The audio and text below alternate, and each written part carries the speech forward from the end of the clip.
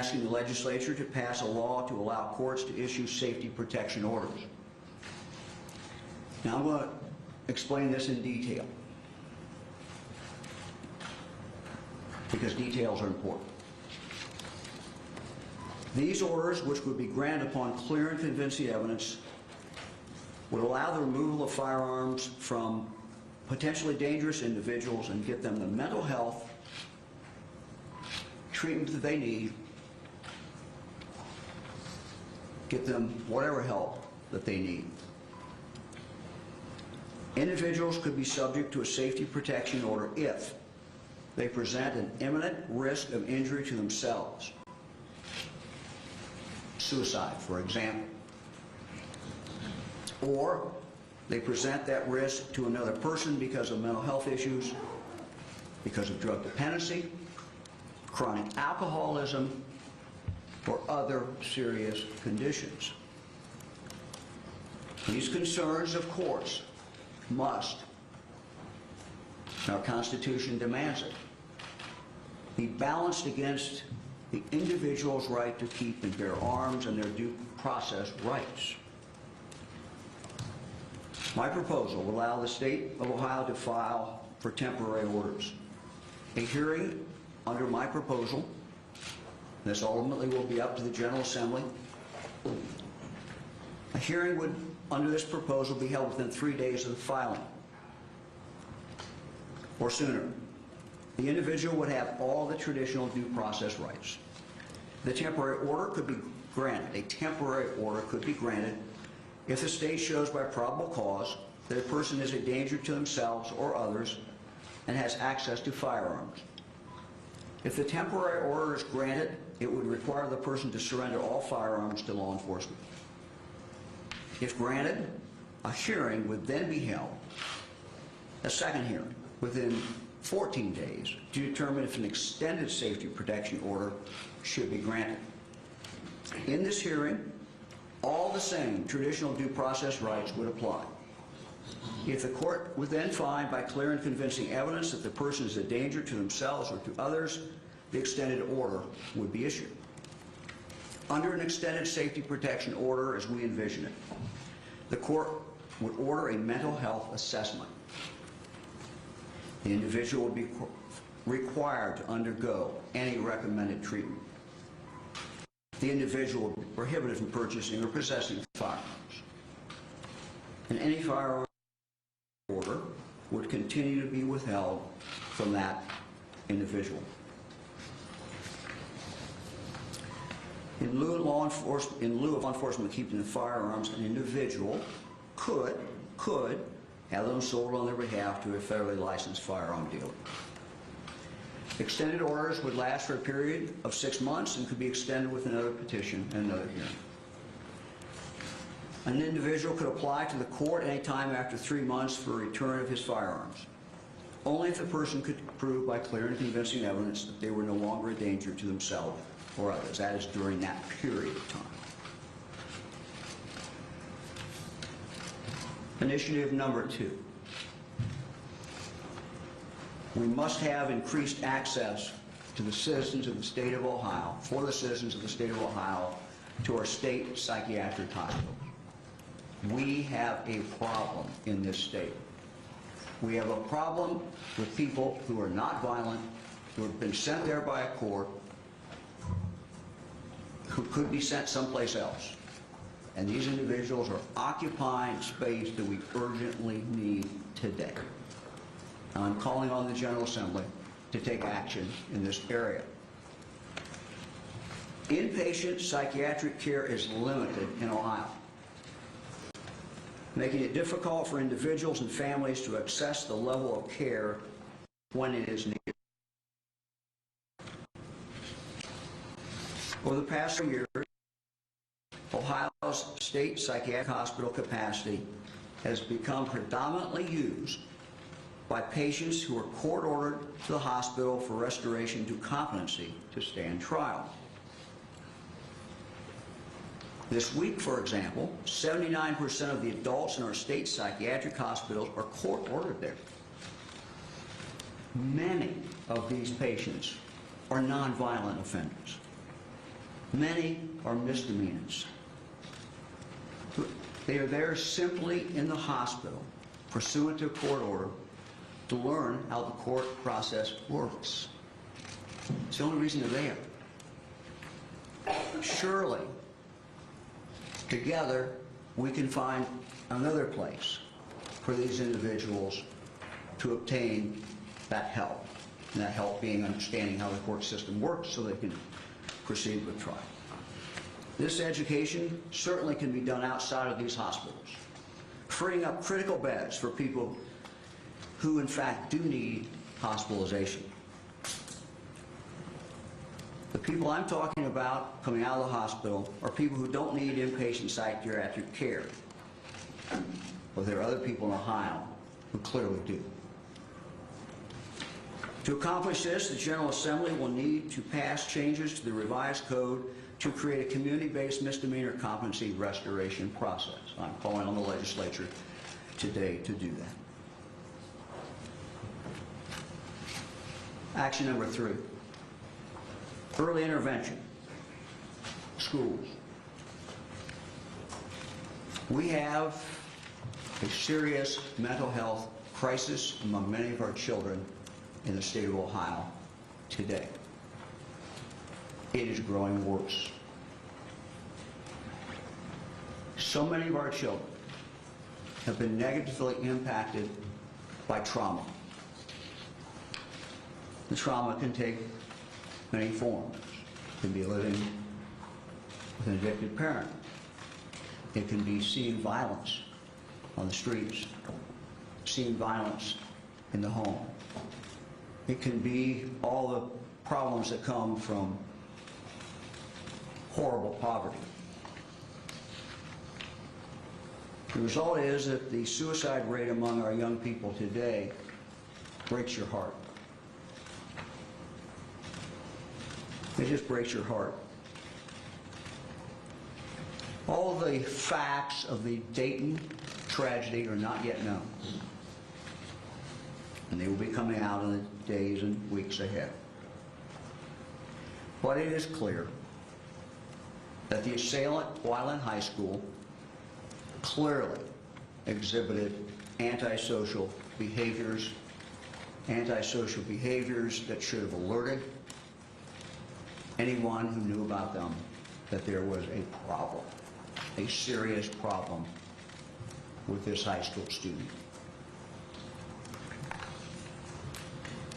I'm told by the specialists that half of mental health conditions problems start by the age of 14, half, and 75% are identified before. Providing early intervention helps young people recover more quickly and have better outcomes with their education. It helps them build positive relationships with family and friends, and it helps them have healthier lives throughout adulthood. As part of the budget that has been approved by the General Assembly, and I know Senate President Larry Alhoff was here, I was told a moment ago. Thank you, Senator, for joining us. Appreciate it very much. I talked to the Speaker yesterday as well, and the 2 minority leaders about what I was going to present. And I want to thank the General Assembly. Under this budget, we are investing $675 million for what we are calling wraparound services. These clearly can be used, and it's our intent for much of them to be used for mental health services for children. These are for addressing social and emotional challenges that our kids are facing, from suicide prevention to the effects of substance use crisis. And all of these things, teachers tell me, impact their ability to teach the child in the classroom. By providing funds to every school district, these schools can design tailored programs, working with their local mental health providers or other social service agencies to help these kids earlier in life. The earlier that we can intervene in children's lives and make a positive difference, clearly the better it is. Action item number 4. We're also increasing access under this budget, and again I thank the General Assembly, to behavioral health professionals in our schools with $15 million in Medicaid funding to provide telehealth and mental health services to students so that no matter where a child lives in the state of Ohio, no matter how remote it is, they have access to high-quality mental health care. This, coupled with the wraparound services, will make a huge, huge difference. Let me move to action item number 5. Communities know their kids the best. The Ohio Department of Mental Health and Addiction Services will be working in a more concentrated effort. We'll be working with communities to increase knowledge of risk factors to help parents identify when their child is showing signs of a mental illness. The Ohio Department of Mental Health and Addiction Services will also share screening tools with clinicians, help connect to community-based services, and link parents, families, and schools with proven supports and strategies to manage wellness over the child's lifetime. Item number 6, background checks. I'm asking the General Assembly to pass a law that requires background checks for all firearm sales in the state of Ohio, with the exception for gifts between family members and certain other limited uses.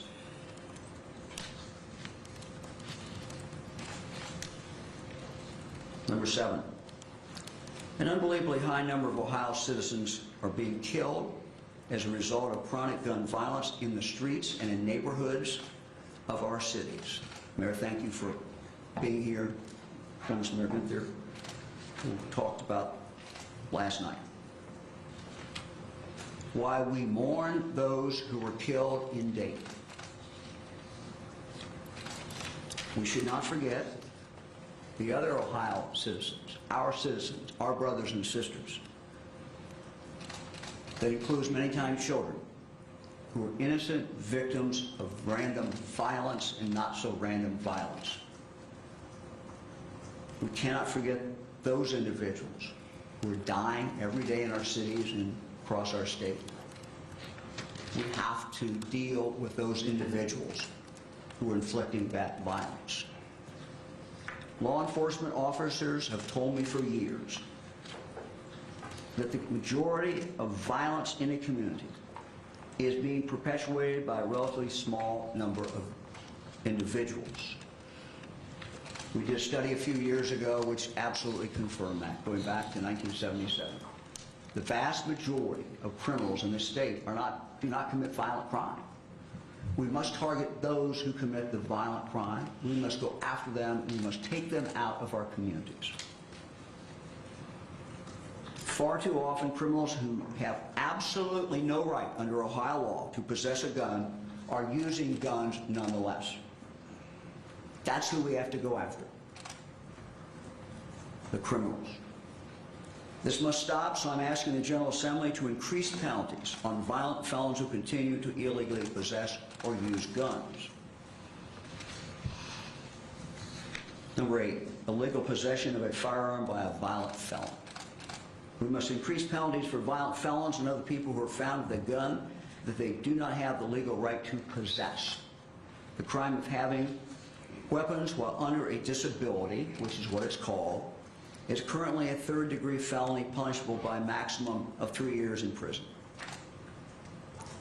I believe that this is a crime that for a first offense should be a second-degree felony punishable by 2 to 8 years in prison, and for a subsequent offense should be a first-degree felony, which is 3 to 11 years, excuse me. Item number 9, possession of firearm while committing a felony. We should increase penalties for people who commit felonies with a firearm or who possess a firearm while committing a felony. Current law allows for an additional penalty of 1 year when a person possesses a firearm while committing a felony. This should be increased to a mandatory additional 1 to 3 years. Item 10, using or brandishing a firearm while committing a felony.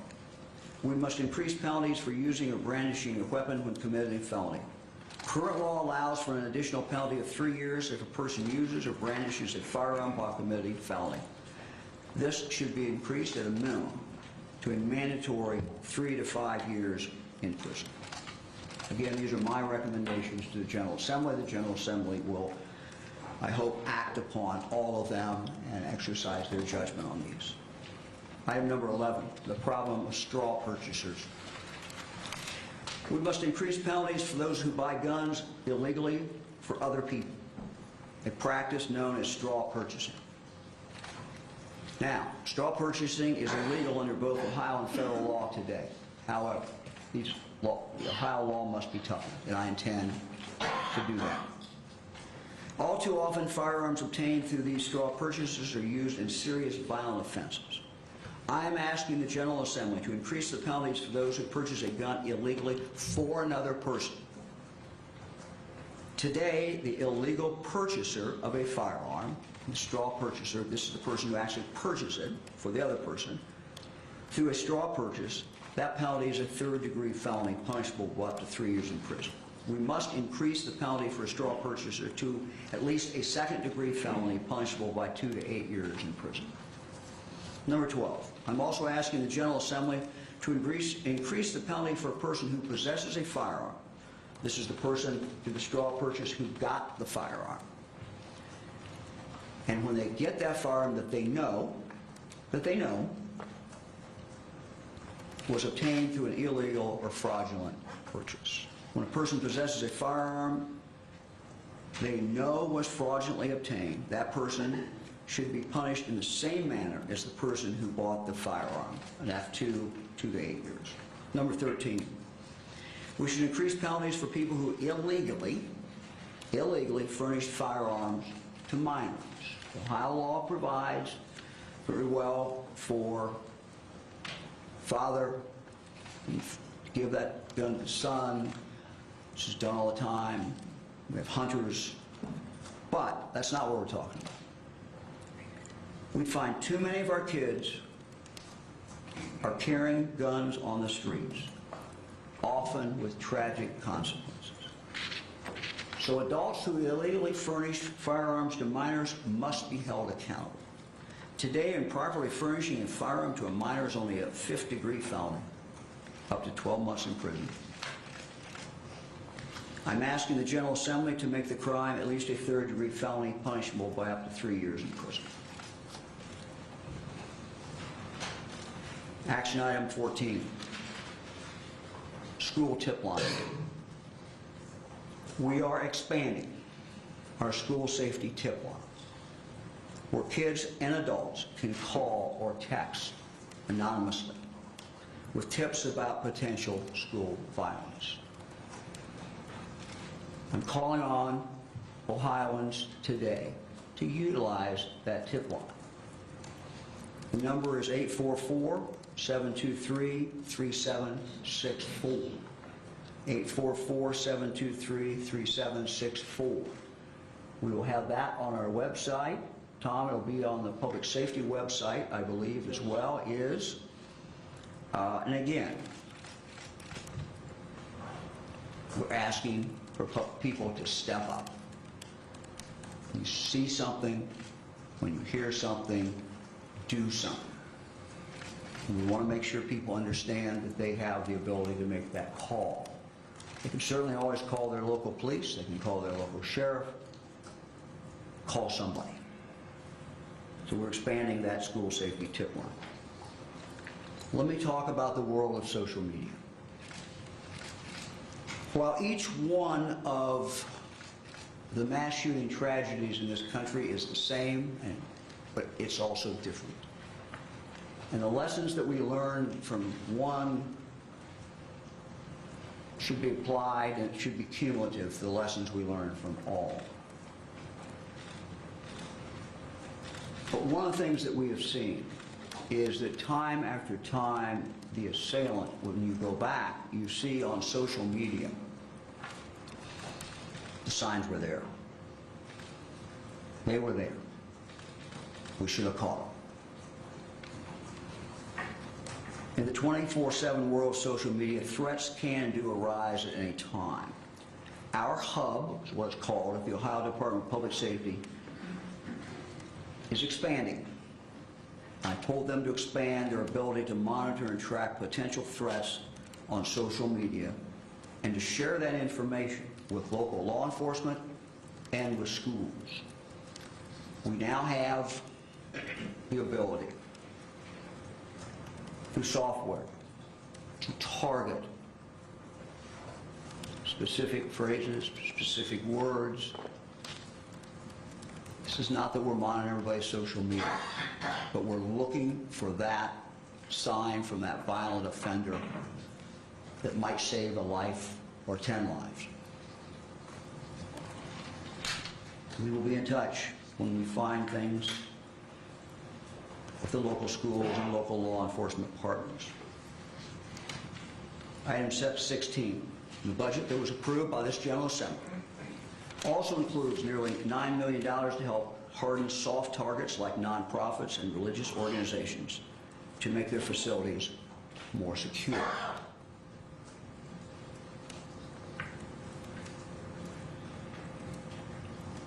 We are seeing too much hate, and we're seeing hate targeted at religious groups, and that is wrong. This action the General Assembly took is to help them prepare, help them avoid tragedy. Item 17, working closely with Sandy Hook Promise, Ohio schools are now implementing Know the Signs Safety Assessment Intervention Program across the state. The Know the Signs Safety Assessment Intervention Program. This program equips school staff with knowledge and skills to identify potential threats of violent action and to take steps to intervene. Currently, there are 23 training dates already scheduled. Again, I would appeal to our schools who've not had that training. Go out, take advantage of that. Take advantage of that training. I know also that the Attorney General has additional training in other areas that could be helpful for schools. Our state is heartbroken. The fabric of our society has been torn. We are shrouded in deep sadness at the needless loss of lives that occurred in Dayton.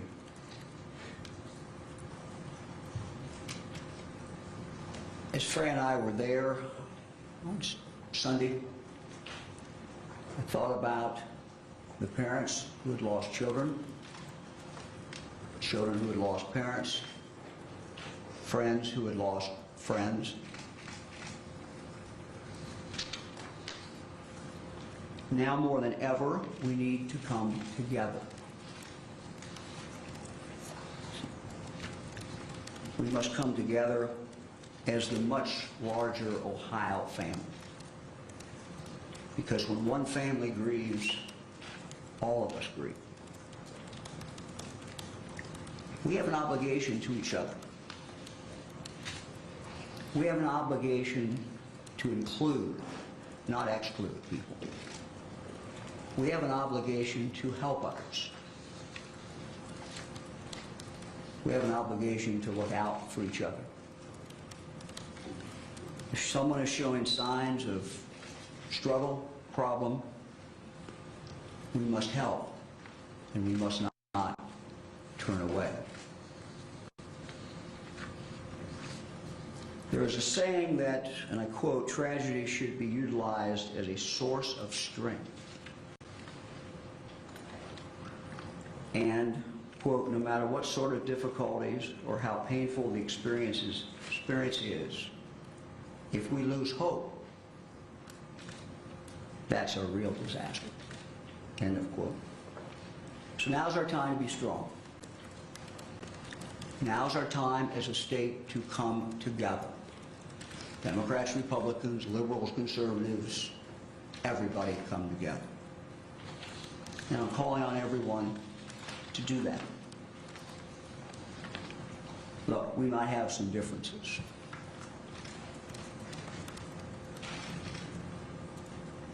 we should never forget that what holds us together as Americans, as Ohioans, is so much greater than any differences.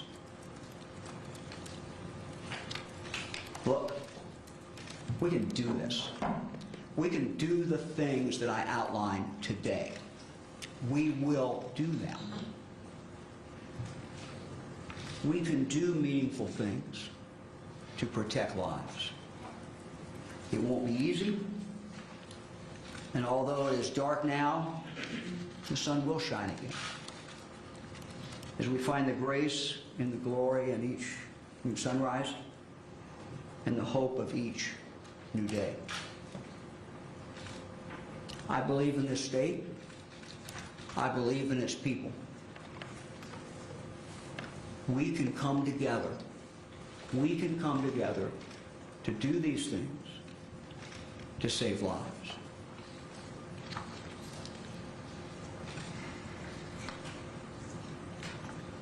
Let me just add, there's no magic about these proposals. There's no guarantees in life. If we do these, are there going to be violence someplace in the country? Well, we know there's going to be some violence. It's the world we live in, we understand. But I can tell you this. If we do these things, it will matter. If we do these things, it will make us safer. Each one of these by themselves is not going to solve all the problems.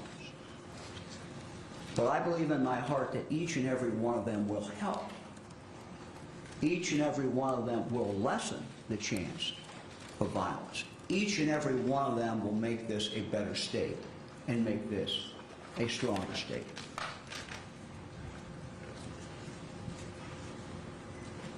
The work that we have ahead of us, though, is not just in these proposals. And if you look at these proposals, quite frankly, particularly in the area of mental health, where we have a crisis, it's going to be the day-to-day slog, the day-to-day work that is going to make the difference. It's the blocking and the tackling. I'm not the football player, John is, but it's you got to do it every single day. But I can tell you, if we're committed to do this, we can do it. If we're committed to making sure young kids have more access to mental health, if we're committed to reducing the trauma that they experience, we can make a big, big difference. Let me say something to my home, the Miami Valley, and to the specifically to the people in Dayton. We will spend the next few days burying the dead. We will spend the next few days hoping and helping that those who have been injured, helping them recover, praying for them.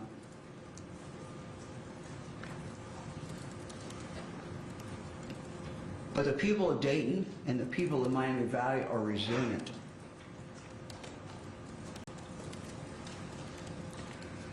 If anybody has a doubt about that, they should have been there Sunday night, where as far as you could see, your people. People holding up candles, people going to the scene of the crime and saying, we will not be intimidated.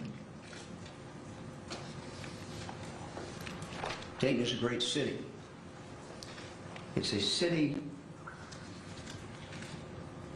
as we all know, with a great history. It's a city with a great future. So many great things going on. The mayor and I have talked about this a lot.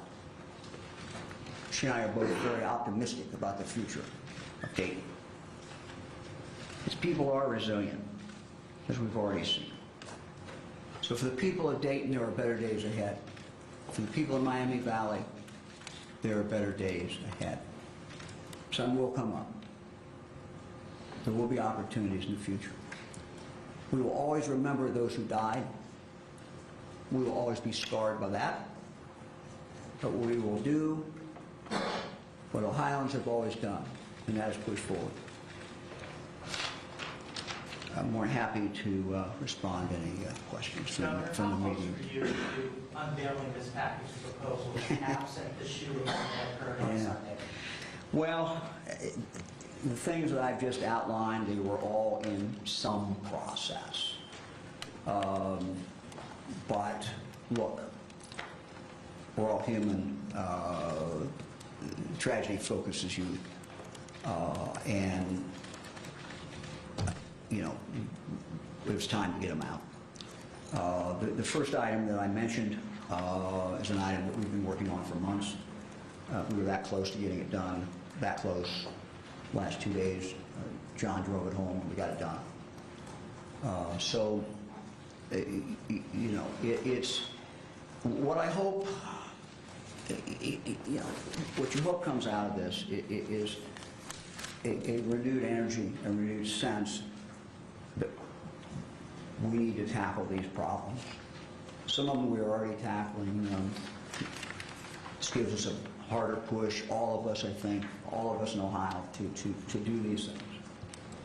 How is the safety protection order proposal different from what John Cusick proposed last year, and why do you think it's more likely to get done? I can't tell you exactly what was in the governor's proposal, Governor Kasich's proposal. I will tell you that, I'm going to let John answer this in a moment, but we were very careful to try to do something that would matter and that would work, but at the same time something that clearly protected due process and guaranteed those individuals due process. Let me just add one more thing before I turn to John. One of the things, in answer to the previous question, that I hope comes out of this is once this is passed by the General Assembly, people know about it and use it. Each one of us, I think, certainly anybody who's been as close as I have to law enforcement, can come up with examples of where we had someone who everybody in the town knew had a problem. I can think of one guy who had and I won't say where it was, but he had long-term mental health problems everybody knew about. He was an alcoholic, and he had an arsenal of guns. And everybody sort of knew the day was coming, but nothing, for whatever different reasons, nothing got done. So what I hope comes out of this, not only that we pass the law, but that people understand that it can be activated. Now, due process is there. And John, you want to say anything? Trying to address the specific question, what was different, is that we sat down with the Second Amendment community. They are here today. We invited them to be here and to be part of that process. Their major concern was, is there due process under the law? And in this provision, we provide due process under the law. If somebody is an immediate threat, the police can remove them. That exists in our current law. But then there will be a due process through the court system that will then give the ability for any weapons that the individual has to be taken by police. But it won't just happen at the police's discretion. It will happen at the order of a judge. That was the primary difference and the sticking point on these issues. And instead, so we brought people to the table to have the discussion, to work it through. There will certainly be discussion about it as it goes through the process, but that's the primary difference between what was referred to as a red flag law and what we are referring to, which is different than that, is a safety protection order, which provides due process. And let me just also emphasize, excuse me, but let me just also emphasize, when we say safety protection order, we kind of wrestle with what to call it. The idea is that you're going to eliminate some suicides by doing this.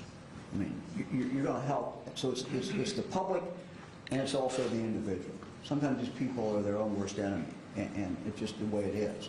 So you're going to save some lives there, you can save some lives out in the community. Who else? Lieutenant Governor, can you walk through the specific step-by-step process by which the Okay. safety protection? Let me just, okay, this is in our prepared statement, is what I read. That is the exact process. It is a two-step process, but every stage there is protection. Now, I think it's literally, we can get you my statement. It is there. I mean, it is a process that is activated. It's a process that is activated initially by a family member or by the police. And I think that's what, so if you have somebody else out in the community who is seeing this, they can go to the police and report that. Then you start through the process, and there is basically what I would call a temporary order that hearing is from 3 days, and then you flip right over into a more permanent order. But in both of those, due process has to take place. All the due process, right across exam, all of those things. So you got to get service on the person. In other words, you have to notify them. They have to have the opportunity to come to court. So it's all the procedures that we are so used to in our criminal justice system and that you know so well. So you're saying that the 3-day period after the judge signs the order, the temporary No. order, they will be able No. to keep their guns for that time? No. We hope that judges will put this on a rocket docket and will deal with it and get the people in and serve them, get them served, make sure they have their due process and get them in there. What we are saying, we hope it happens much sooner. What we're saying is the judge would have 3 days to do this, that first hearing. We would then say after that order, and there's a different standard of proof there, then you would flip over into the permanent hearing, which would have to be within 14 days. Governor, Can I add? Yeah, John wants to I add want something. to add a practical issue so that you understand, because I spoke with law enforcement about this. I spoke with people from the Second Amendment community. We tried to thread the needle on everybody's concerns. But if somebody is an immediate threat, taking their guns does not remove that threat. You need to remove the person from the situation and then go through the due process to take the weapons away if the judge so orders. Because there are many other ways to commit violence other than with guns. And so if a person is an immediate threat, we need to remove them and either pink slip them and put them in a mental health facility or put them in jail so that this process can take place. It's not seizing somebody's property without due process. That was the stick, that was the issue that couldn't get resolved in the past. We've worked with voices across the broad array of concern, and we believe we have those sorted out. And this is heavy. John makes a very good point. This what we presented to the General Assembly is heavy on helping that person. Now, it's not punitive. We want to protect them from themselves. We want to protect them from hurting somebody else. But if you look at that proposal, it calls for help going directly to that individual. And that's what, it's very heavy on that. And we believe, unlike in the past when it failed, that we have brought people together and this can pass and become law and begin to be implemented sooner rather than having the old fights that ended up in inaction. Governor, the Dayton killer had a 100-shot, double-barrel, extended magazine, 41 shots, apparently fired in 26 seconds. Was any consideration given to limiting the capacity of the magazine? Look, there are a lot of issues that we could talk about. There are a lot of issues that, quite candidly, if you're serious about getting results, I'm kind of a results-oriented guy, some of these things have to be done at the federal level. John, you want to add anything to that? No, I think that's sufficient. Governor, the people of Toledo, all throughout the state, want to know, why does it take a tragedy to get pen to paper, to get this in front of the legislator, to get people after votes? Look, as I indicated, there are, a lot of this was in the works. In fact, all of it, I think. There may be some exceptions, but I'm not aware of anything that was not already in the works. Part of this is, I have made this very clear throughout this crisis, that we're going to do things that matter, we're going to do things that are constitutional, and we're going to do things that can get passed. So making sure something can get passed is a key. You'll find, after 4 years or 8 years with me, I'm bottom line, results oriented. I don't do a whole lot of things just to be doing them. So our job is to get results. Our job is to get something passed. And so getting it in the proper form, for example, our item number 1, which you're just talking about, we needed to make sure that we had the buy-in, that we had the assistance from the Second Amendment community, because if we presented that bill to this General Assembly without that, the bill would go nowhere. So what I owe the people of the state is results. I don't owe them rhetoric. Rhetoric's fine, sometimes there's occasion for it, but what they want, and what I've heard year after year from the people of Ohio, is fix the problems, help us make things better. That's what this proposal does. But as far as the timing of all of those, that's why we're trying to get these things in a way that we can get them passed by the General Assembly. Governor, what conversations have you had with legislative leaders that would suggest they're more prepared? I have talked with all 4 legislative leaders. I had those conversations yesterday. I have said to them, we will get you copies of it. I tried to outline in broad brush strokes what we were going to do. I also said to them, I fully understand that the General Assembly will do what the General Assembly does, which is hold hearings and look at these things. But you know, these are all things that I believe can pass. These are all things that we can get done. These are all things that will make a difference. These are all things that are constitutional. And it was great that Larry Obhoff, that was a great sign that Senator Obhoff, I know he had to go, but he was here, and that's a big sign. And I talked to all 4 of the leaders. So. Could you talk more about what social media monitoring by the state is like now compared to what you were calling for? We started this. Tom, can you come up? Tom Stickler, because I want to get the chronology correct.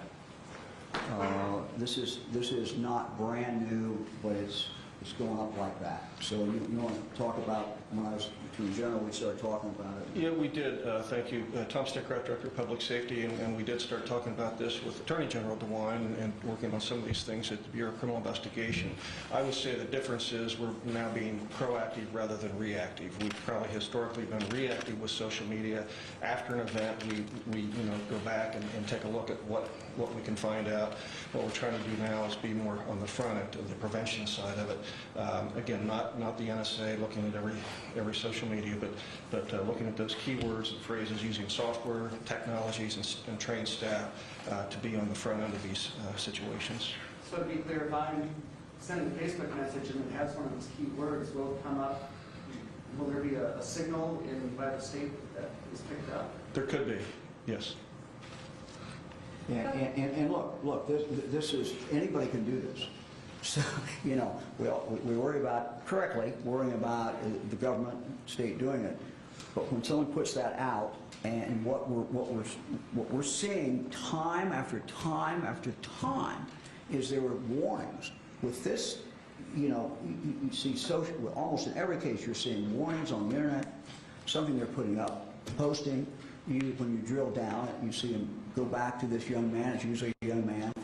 You see what he was saying in high school. You see social alienation. You see writing things. I mean, there was one case a few years ago, tragic case where, a person in high school, I believe it was high school, had written "someone must die" on the top of their page.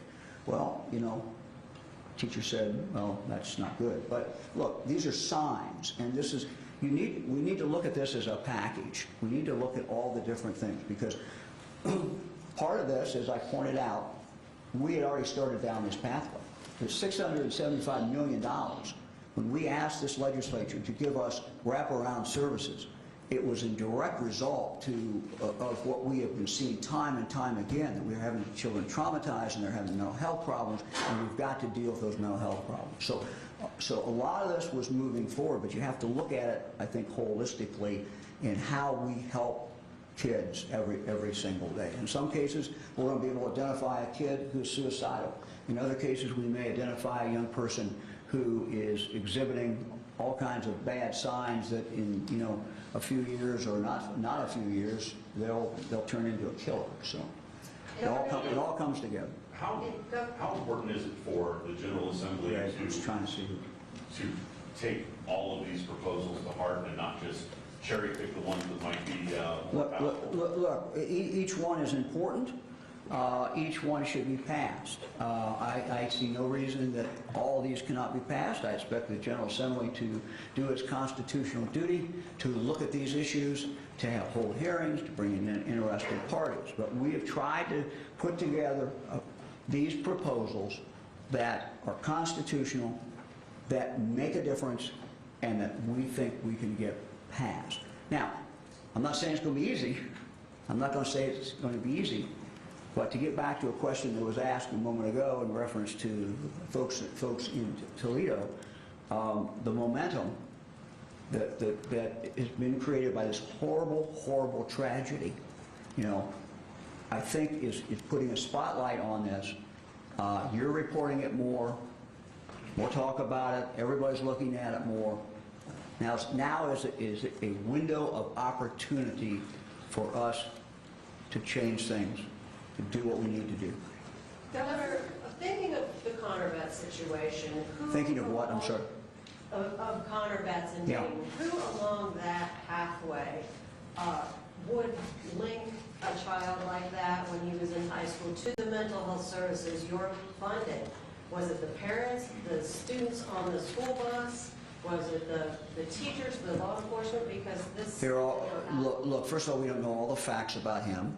More facts keep coming out.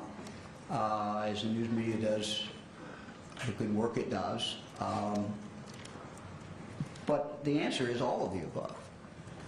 If you look at the combination of all the different things, either that we have already set in place, in motion, in this budget, that was, for those of you who are not from Ohio, was passed in July. In that budget and in the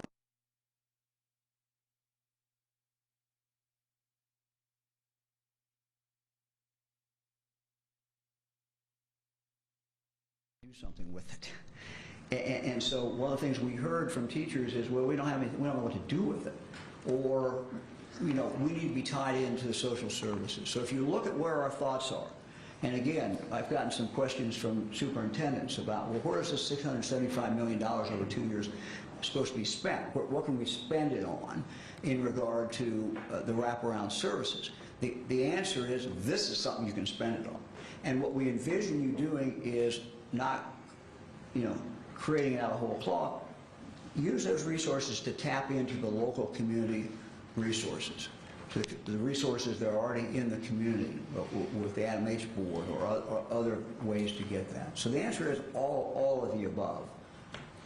Governor, the wraparound money is targeted to low-income students. Do you have assurances that off districts will have those funding capacity Look, to provide mental health services for students? every school district under this budget will get money.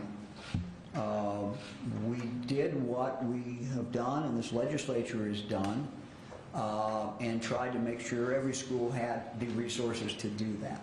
And when you look at it from that perspective, what you do is you allow the poorer school districts with more poorer kids to have more resources because they don't have other resources.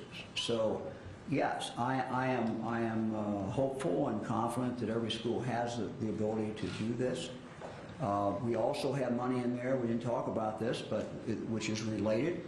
We also have money in there in regard to our social emotional learning, which is we have put under the broad category of how we help young people avoid going down the pathway of addiction. So we didn't even talk about that in there, but that's a part of this as well. Governor, could you characterize your conversation with the president, and do you know much about his visit to Ohio and the fact? I do not know much about the visit. My understanding is the president is coming tomorrow, and you know, was invited to be there.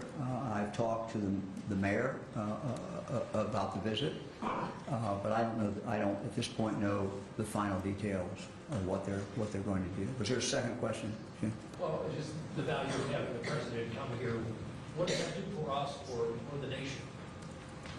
Look, I think it's always appropriate for a governor, a president, to go where there is sorrow, to go where people are hurting. My understanding of the visit is that's what it's focused on. Being here, saying, I'm sorry it happened. I grieve for you. That's part of what life is about, and I think that when a president can do that, it's a good thing, and I think it's part of the responsibility of the governor. The governor says, when I go, I say, look, I represent the people of Ohio. People are grieving all over Ohio for you. When the president comes, he can say that about the country, and in both cases, it happens to be true. Governor, these reforms after a mass shooting are often like a firework. They burn bright, capture everyone's attention, and then they fade away. What makes this time different? Well, you're going to have to be the judge of that. I don't have a crystal ball. But these are doable proposals. These are things that really will matter. These are things that we can get done.